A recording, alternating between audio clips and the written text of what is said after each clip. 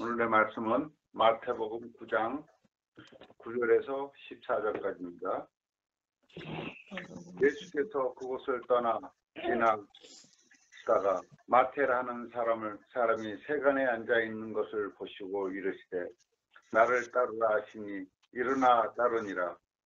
예수께서 마태의 집에서 앉아 음식을 잡수실 때 많은 세리와 죄인들이 와서 예수와 그의 제자들과 함께 앉았더니 바리새인들이 보고 그의 제자들에게 이르되 어찌하여 너희 선생은 세리와 죄인들과 함께 잡수시느냐. 예수께서 들으시고 이르시되 건강한 자에게는 의사가 쓸데없고 병든 자에게라야 쓸데있느니라. 너희는 가서 내가 긍휼을 원하고 제사를 원하지 아니하노라 하신 뜻이 무엇인지를 배우라. 나는 의인을 부르러 온 것이 아니요 죄인을 부르러 왔노라 하시니라. 아멘. 아멘. 우리 그리스도인들이 요즘에 사회를 바라보면서 느끼는 마음이 참 착잡하고 안타까운 마음을 가진 이들도 있고, 그런가 하면 그러한 마음을 가진 사람들보다 훨씬 많은 사람들이 분노하고 저항하고 그리고 뭔가 못마땅한 그러한 마음으로 이제 이 정부를 바라보는 그러한 시각을 가진 이들이 많이 있는 걸 우리가 알고 있는데요. 그래서 종교의 자유를 달라 하는 그러한 구호를 또 외치기도 하고 투쟁하고 방역 지침을 지키지 않고 현장 예배를 강행하겠다고 하는 성명서가 단체적으로 여기저기 수없이 많이 나왔습니다. 그래서 어떻게 보면 정말 우리 기독교와 또한 이 사회가 대치하고 있는 듯한 그런 것들을 우리가 보게 됩니다. 실제적으로 심리적으로 정신적으로는 이미 대치 상태에 있는 것이다. 우리가 충돌만 곳곳 좀 부분적으로 일어나서 그렇지 이렇게 지금 금이 그어져 있는 걸 우리는 분명히 느끼게 됩니다. 이 세상을 선도해야 되고 세상의 빛이 되고 소금이 돼야 되고 그리고 상처받고 고통당하고 그리고 피 흘리는 사람들을 치료하고 회복시켜야 될 우리들이 오히려 이 세상에 상처를 주고 또한 아픔을 주고 고통을 주는 그러한 그리스도인들이 되었다고 하는 이러한 사실 앞에서도 도대체 무엇이 문제인가? 왜 이렇게 오늘날의 우리 한국 사회에 특히 기독교는 이 사회와 대치할 수밖에 없는가? 이렇게 분쟁할 수밖에 없는가? 이것이 정당한 것인가?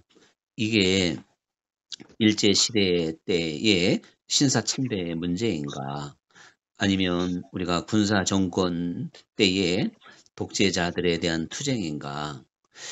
이거는 우리가 삼척동자에게 물어봐도 전혀 그것이 아니라고 하는 것을 우리는 잘 알고 있는데, 그럼에도 기독교인들의 대부분은 이제 예배의 자유를 외치고 있고 실제 여론조사에서도 더 많이 그렇게 지지하고 있는 이러한 현실은 정말 우리의 수준이 우리가 얼마나 어린아이와 같은 수준에 있는가.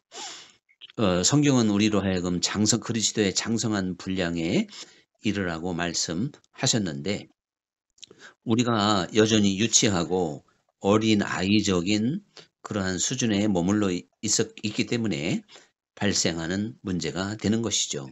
어린아이들은 순간순간에 대처할 수 있는 능력이 없기 때문에 항상 문제를 만들고 일을 꼬이게 만듭니다. 그러나 어른이라면 아무리 복잡한 문제를 만나도 그것을 해결할 수 있고 극복해 갈 수 있는 게 어른이라는 것을 생각해 본다면 우리 기독교가 이제 국가적으로 또한 전 세계적으로 온 이 위기를 지혜롭게 타파하고 극복하고 오히려 하나님의 영광을 드러내야 될 이 시점에서 우리가 오히려 혼돈을 주고 어지럽히고 분란을 일으키고 하나님의 영광을 가리는 이러한 현실은 누가 봐도 어린 아이의 행태이다 라고 하는 걸 우리는 인정할 수밖에 없습니다. 그렇기 때문에 성경은 어린아이와 같은 믿음을 육신에 속한 자라 이렇게 말을 했고, 우리가 어린아이의 신앙을 유치한 신앙이라 해서 율법적인 신앙으로 규정하고 있는 걸 볼 수가 있습니다.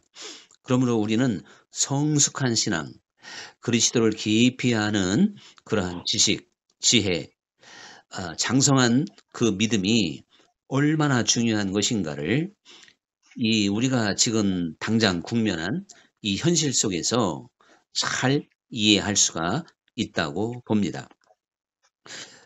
우리가 성숙한 그리스도인이라면 이제 이러한 사태를 현재 상황에서 어떻게 대처해야 될지를 잘 안다고 말씀을 드렸는데, 아직까지도 답을 못 찾고 또한 갈 길을 잘 알지 못하는 이들이 많다고 하는 것은 다른 문제가 아니라 바로 어린 아이와 같은 그러한 상태이기 때문에 분별력이 없는 것이다. 또한 판단력이 없는 것이다. 이렇게 설명해 볼 수밖에 없는 것이죠. 특히 우리나라에서는 신천지 사건과 또한 두 번째 파동이 8월 15일 작년 광복절 집회로 이제 또한 증가하게 되는 확진자, 그리고 세 번째 파동이라고 할 수 있다면 인터콥 선교회, 또 열방대학 수련원 내 문제, 그리고 지금 네 번째 파동 IM 선교회 관련 국제학교에서 확진자가 늘어나고, 이것이 또한 사회적으로 전파되는 다른 이웃들에게 이러한 상황에 놓여져 있기 때문에 갈수록 우리 기독교는 할 말을 잃어가고 있는데, 이러한 상황에서도 여전히 투쟁적인 목소리가 사라지지 않고 반성하거나 또한 어떠한 정말 제대로 돌리려고 하는 움직임이 없이 계속 투쟁적으로 나아가는 우리 기독교들의 그 대다수의 사람들을 보면서 참으로 우리는 안타까운 그런 마음을 금할 길이 없는데요. 이러한 모든 문제들의 근본적인 것은 예배에 대한 성서적인 이해가 부족하다. 이렇게 다시 한번 저는 말씀드릴 수밖에 없습니다. 그래서 실제적으로 오랫동안 기독교 2000년 역사에 굳어진 예배에 대한 의식은 구약적 예배이지 신약적 예배의 사고는 아니었던 걸 볼 수가 있습니다. 우리가 구약의 예배는 영어로 말하면 worship으로 표현해 볼 수가 있어요. 근데 신약적 예배는 서비스라는 말로 표현이 되어야 합니다. 그래서 예배라고 하는 헬라어 라트레이아라는 말이 하나님을 섬기게 된 그 직무, 즉 신성한 직무를 수행하는 제사장의 일, 제사장들이 하는 신성한 일이 바로 예배라는 것입니다. 직무 자체를 말하고 있죠. 그러니까 워십처럼 모여서 우리가 하나님 앞에 그 워십, 즉 경배하는 이거를 신약에서 예배로 말하고 있는 게 아니라 제사장들이 수행하는 모든 신성한 일들, 이게 예배라고 하는 원어적으로 쓰여져 있는 걸 보게 됩니다. 사실은 이것이 신학적인 예배에 대한 정상적인 해석이 됩니다. 그래서 사마리아 그 수가성 여인의 이야기를 또 하지 않을 수가 없는데요. 예수님께서는 이제 예루살렘도 아니다. 그리고 그 사마리아 사람들이 말하는 산, 그게 바로 그리심산이거든요. 그래서 사마리아인들은 유대인들에게 항상 배제를 당하니까 자기들이 그리심산이 본래 예루살렘이라고 우기면서 거기에다가 또 성전을 지어놓고 제사를 드리고 하면서 종교적으로도 대치했던 걸 볼 수가 있습니다. 그러니까 사마리아 사람들은 그리심산에서 드리는 예배가 진짜다. 유대인들은 예루살렘이다. 이제 이렇게 서로 참 이제 분쟁하고 있는 그것을 예수님께서 잘 아시기 때문에 너희가 말하는 예루살렘 성전에서 드리는 예배 그거 아니다. 또 이 그리심산 이 산에서 드리는 예배나 제사도 하나님이 원하는 제사가 아닌 것이다. 예배는 이제 그런 게 아니다. 그러면서 이제는 영과 진리로 예배할 때가 오나니 곧 이때다. 이미 왔다고 이제 말씀을 하시게 됐습니다. 사실 예수님의 이 말씀은 굉장히 파격적인 말씀이죠. 지금도 이 말을 못 알아듣는데 그 당시에 사람들 이 초대교회 시대에 예수님의 이 말씀을 알아듣는다고 하는 건 참 더 어려운 것이죠. 이제 그런데 여기서 예수님께서는 그 영과 진리로 예배를 드려야 된다. 이 말씀은 바로 어떠한 장소주의나 제가 늘 말하는 대로 형식주의 이런 것이 아닌 너희들 눈에 보이는 그러한 형식으로 하나님께 예배할 수 있는 게 아니라 영으로 하나님은 영이기 때문에 영과 진리 이것은 곧 관계를 말하고 있는 걸 볼 수가 있습니다. 하나님께 드리는 예배의 가장 중요한 건 관계입니다. 관계. 그러니까 지금 하나님 편에 봤을 때 우리 인생들과 가장 중요한 게 뭐예요? 관계가 회복돼야 되지 않습니까? 관계가 회복되지 않았는데 하나님이 우리의 무슨 예배나 찬양을 받으실 이유도 없는 것이고 하나님과 전혀 상관이 없는 그러한 이제 예배가 될 수도 있다는 것이죠. 그래서 하나님께서 오늘 본문의 말씀과 같이 나는 긍휼을 원하고 제사를 원치 않는다. 긍휼을 원하고 제사를 원치 않는다. 이거는 너희가 눈에 보이는 그러한 지금 워십적인 그런 예배를 나는 원하는 여호와가 아니다. 내가 원하는 건 긍휼이다. 긍휼이라고 하는 말에 하나님의 모든 속성이 들어가 있는 거죠. 거기에는 물론 인자 또 사랑, 겸손 뭐 이 모든 하나님의 성품이 들어가 있는 함축적인 표현인데요. 그러니까 하나님께서 올바른 관계에 우리 인생들과 너희가 나를 제대로 아는 올바른 관계를 원하지 내가 무슨 내 앞에 뭐 차려놓고 거기다 절하고 경배하는 그거를 원하는 여호와는 아닌 것이다. 이제 이렇게 말씀하고 있기 때문에 오늘날 그리스도인들도 꼭 명심해야 되는 것 아니겠습니까? 우리들이 이 예배에 대한 근본적인 의미를 오해하고 있기 때문에 우리도 모르게 사실 하나님의 관계를 소중하게 여기고 하나님의 관계를 중요시 여긴 게 아니라 예배라고 하는 장소와 시간을 중요시 여기게 돼버리고 말았습니다. 그래서 우리가 그저 쉽게 이해할 수 있도록 예배당 안에서는 하나님을 믿는 것 같기도 하고 하나님이 계신 것 같기도 한데 예배당 문을 열고 교회 주차장까지만 나오면 하나님이 안 계시다는 거 아니에요. 이것이 또한 이제 이렇게 이야기했을 때 부인할 수 있는 사람이 아무도 없어요. 그러면 교회 주차장에도 하나님이 안 계신데 일반 주차장, 유원지에 있는 주차장에 하나님이 계시겠냐 이거예요. 이것이 정말 우리가 솔직하게 인정할 수밖에 없는 우리 그리스도인들의 그러한 모습인데요. 이런 것들은 근본적으로 어떠한 이 예배에 대한 그 이해가 부족했고 그래서 하나님 예배는 하나님을 섬기는 거거든요. 서비스. 하나님을 섬기는 건데 하나님을 잘 섬기기 위해서는 하나님과의 관계가 내가 잘 맺어져야 된다는 사실이죠. 이 관계, 하나님과 올바른 관계를 맺기 위해서는 하나님을 잘 알아야 됩니다. 하나님이 어떤 분인가? 하나님이 무엇을 원하는가를 우리가 알아야만이 하나님과 올바른 관계가 설정될 수가 있는 것이거든요. 우리가 한번 이렇게 생각해 볼 수가 있을 겁니다. 하나님은 내 생활 속에서 정말 기쁨과 감사가 넘쳐서 나도 모르게 막 흥얼거리고 이렇게 하는 찬양을 좋아하실까요?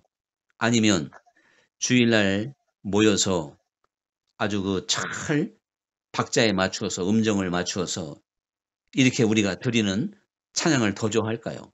물론 이걸 단순하게 비교할 수는 없습니다. 그러나 그게 형식에 빠져버리고 어떠한 장소적인 것에만 국한되는 거라면, 마음이 없는 찬송이 된다면 하나님이 그걸 받으실 리가 없지 않습니까? 기도도 마찬가지예요. 기도도 우리가 어떠한 공적으로 하는 그러한 기도, 그것도 중요하지만 진짜 하나님께서 받으시는 기도는 골방의 기도라고 말씀을 하셨어요. 일단 거기부터가 중요하다 이거죠. 이것이 이제 모여서 공중 기도가 돼야 되고, 이제 이렇게 해야만이 정상이듯이 하나님께서 마음에 없는 찬양과 기도와 또한 어떠한 그 말씀과 하나님의 말씀이 지켜지지 않는 그 말씀이 아무리 화려하게 사람들에게 선포된다 한들 그게 하나님께 영광이 되겠냐 이거죠. 한 말씀이라도 붙잡고 순종하는 이것을 하나님이 원하시는 것 아니겠습니까? 이거를 이렇게 생각해 보면 너무나도 정확하게 나오는 답을 여전히 우리는 하나님이 어떠한 장소와 형식과 이 모든 걸 맞춰서 그냥 일사불란하게 무슨 우상에게 제사 드리듯이 이렇게 경건하게 하는 것이 예배고 하나님이 그것을 기뻐하는 것으로 착각을 하고 있다. 그런 이야기죠. 그러나 그것들은 우리가 모여서 신앙 고백적인 차원으로 그리스도께 부름받고 구원받은 하나님의 자녀들이 모여서 찬양하고 모여서 기도하고 말씀을 나누고 떡을 떼는 이제 그러한 결과적인 이야기지, 그게 목적이 돼서는 안 되는 것이고 그것이 전부가 돼서는 안 된다는 사실이죠.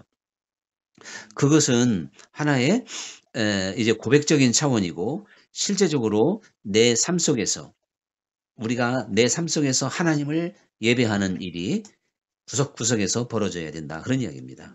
하나님은 그런 자를 찾느니라. 그런 자를 찾느니라. 이제 이렇게 말씀을 하시게 된 겁니다. 그래서 우리들이 아벨과 가인의 그 제사 이야기를 참 많이 하죠. 그런데 구약이니까 당연히 제사로서 뭔가 하나님께 대한 이제 그런 결과가 나오고는 있지만 왜 하나님께서 가인의 제사를 받지 않았는가? 다른 어떤 이유도 없고요. 가인은 생활 속에서 하나님과 전혀 상관이 없는 사람이었습니다. 실제로 한번 생각을 해보면 이 가인이 얼마나 악한 사람인지를 몰라요. 자기 예배를 하나님이 안 받으신다고 하나님 앞에서 막 얼굴이 붉어지고 씩씩거리잖아요. 이 얼마나 불경한 태도이겠습니까? 그러니까 하나님께서 가인의 마음을 아시고 이제 너는 네 마음을 잘 다스려야 된다. 너의 분노를 잘 다스려라. 하나님이 미리 이렇게 참 말씀해 주셨지만 이 가인은 자기 마음에 끓어오르는 분노를 이제 다스리지 못해서 결국에는 그 동생을 또 죽였다. 그것도 참 아주 그냥 악랄한 방법으로 죽이잖아요. 이 정도면 아마 현대판 가인이라 하더라도 그 정도는 안 될 것 같아요. 이 얼마나 악한 사람이에요. 그 둘도 없는 하나밖에 없는 동생을 그렇게 죽인다. 다른 것도 아니고 하나님이 자기 예배를 안 받으셨다고.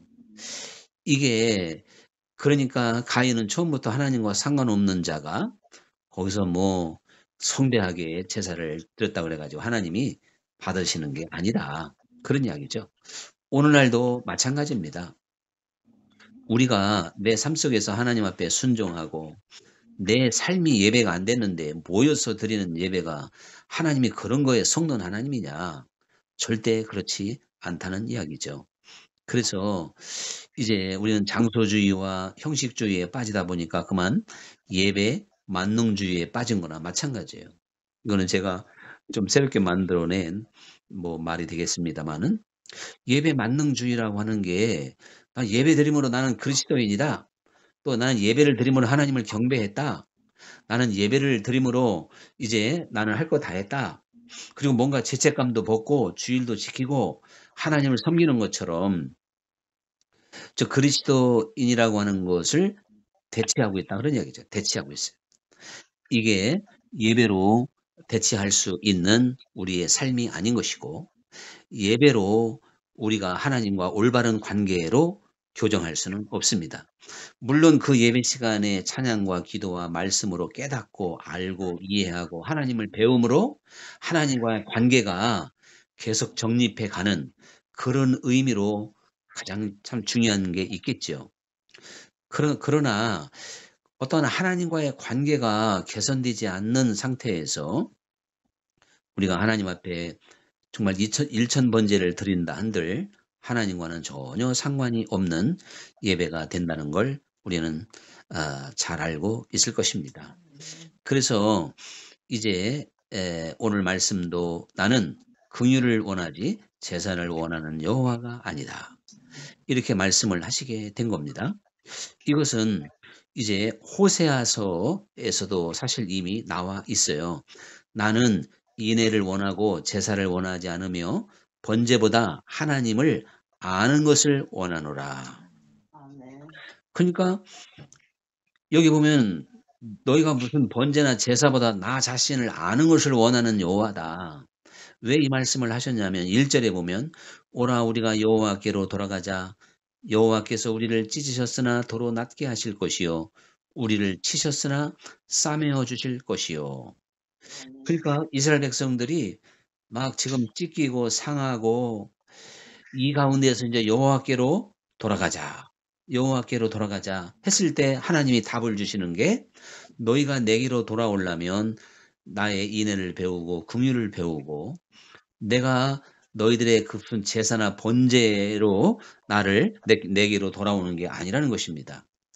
자, 이렇게 구약에서도 말씀하고 있는 이러한 하나님을 우리 현대 교회에서나 그리스도인들은 여전히 하나님이 기뻐하는 것이 이 세상이 어떻게 되든 코로나가 뭐 오든 말든 우리는 무조건 모여서 예배 드리면 이게 신앙 고백이고 이게 믿는 사람이고 다른 사람은 다 가짜라고까지 하고 있는 이러한 세상이며 바른 소리 하면 여기저기에서 막 공격이 엄청나게 들어오는 그런 시대에 살다 보니까 이것을 아는 사람들도 그냥 가만히 침묵하는 그러한 경향이 많이 있는 것 같습니다.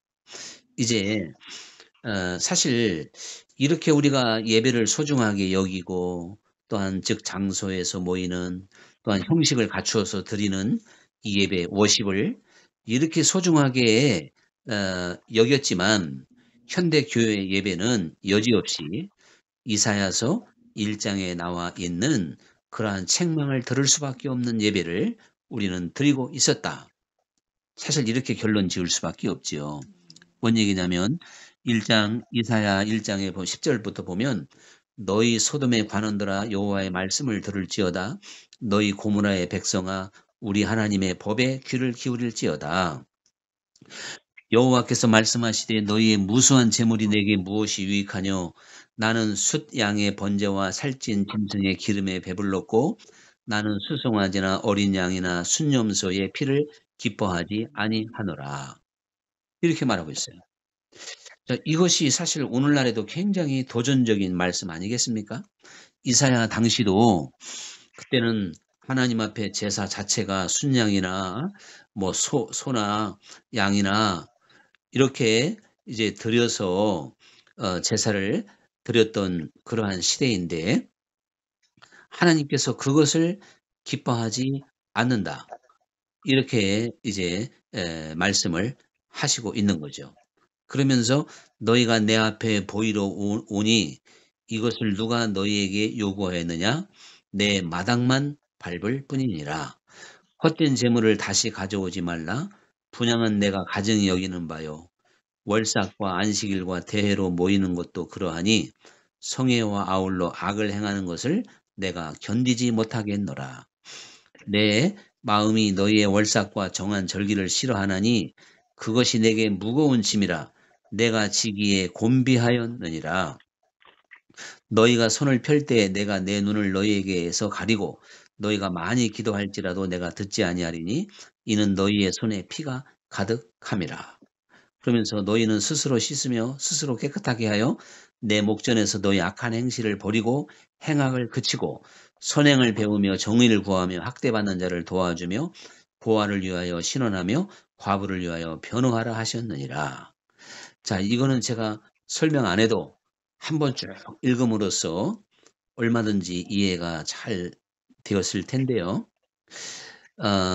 우리 자신도 모르게 현대 교회의 예배 또한 전통적인 기독교 예배는 장소와 형식을 중요시 여겼기 때문에 예배당 건물을 화려하게 아름답게 꾸며야 하나님이 기뻐한다고 생각을 했고, 또한 이제 그 예배가 하나님 중심이라기보다는 사람의 귀를 즐겁게 하는 그러한 예배였기 때문에 사람들이 하나님의 진짜 말씀은 안 들으려고 그러고 자기 귀를 즐겁게 하고 자기의 양심을 찌르지 않는 그러한 말씀에 귀를 기울이므로 기복주의와 성공 또한 번영의 신학이 아주 번창하는 그러한 시대에 살 수밖에 없는 겁니다.